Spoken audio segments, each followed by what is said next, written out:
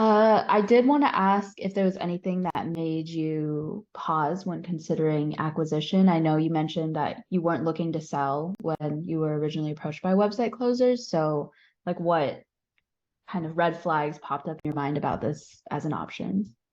I mean, one of the big things is I think when you're even considering selling is um it's almost like a stock. Like if you really believe in it and if you really believe this is going to be 5 times bigger a couple of years from now, then selling today, doesn't make sense. But it's also so that there's a big factor of what price I can get for it today versus what price I think I could get if I waited a year.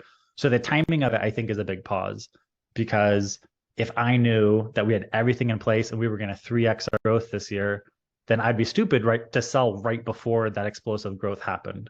um, in this case, I knew that the business we were building was a very risky business. We were basically breaking LinkedIn's terms of services.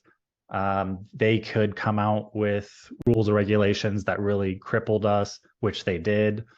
Um, during our due diligence and during our conversations of negotiation, that's when they actually rolled out the biggest restriction they've ever rolled out against outreach, and that was a whole conversation with me and the buyer.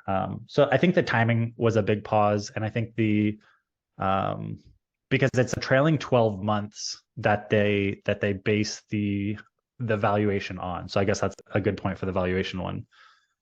So it's not just what run rate you hit the last couple of months or this month. Like you could have a record month and you're at the 5 million in ARR pace now, but your trailing 12 months tells a different story, and that's what you get the valuation. So it's a real timing thing of, do I think we're gonna we've kind of stalled out and I'm gonna sell now that I've hit the peak, or do I think I'm about to hit explosive growth and selling doesn't make sense? So for me, the timing, even though I thought we were gonna grow, I kind of gladly accepted the offer at the end of the day, because I was sidestepping risk and I thought it was a good time to get paid for what I had built, sidestep some risk, and eventually get kind of someone else with deeper pockets to fund the next level of growth. Yeah, and I know that LinkedIn or not LinkedIn, Lincoln Learn kind of switched over to being an ads company because of that restriction that was brought on. And I think I've heard you say how like Vil being an investor and having his knowledge that he has was kind of a big part of us switching that format too.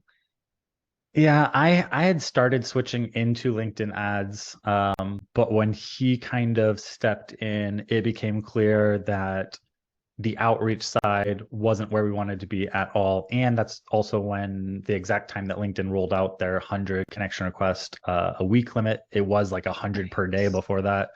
And so, yeah, we made the decision to pretty much completely stop all marketing spend on outreach, put 100% of our marketing spend, effort, and my LinkedIn organic all and YouTube all pushing towards LinkedIn ads. It took us about 12 months before LinkedIn ads was our primary or dominating source of revenue. And honestly, that 12 months, I think we burned like $80,000 worth of cash. So I probably would not have been able to do that without losing team or doing something. Like I wouldn't have been able to do it as fast or as clean, like if it was my own, like if I had to bankroll it. So Yeah. the timing and also the knowing that we have, yeah, deeper pockets to fund that,